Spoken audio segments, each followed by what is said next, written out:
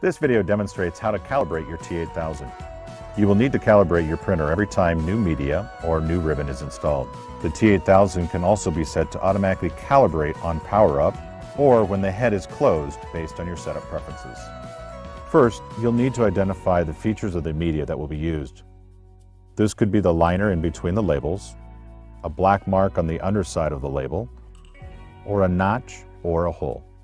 Depending on the media type, the media sensing menu and the positions of the upper and lower sensors will likely need to be changed. The media sensor menu can be found under Settings, Sensors, Controls, then Gap Mark Sensor. If your media has a gap, select Gap or Advanced Gap. If your gap media has a dark back, then select Advanced Gap. If your media has a hole or a notch, select Advanced Notch. If your media has black marks, select Mark.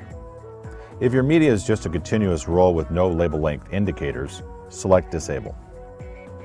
After loading the media, move the upper and lower sensors so that they are in the path of the label length indicator.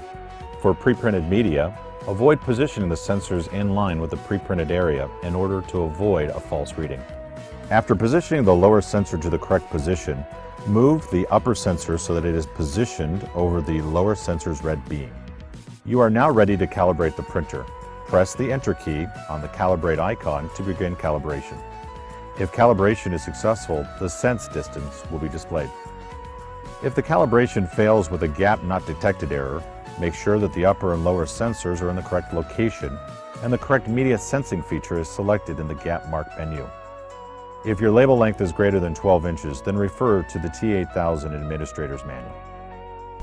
For additional T8000 product information, visit Printronix.com.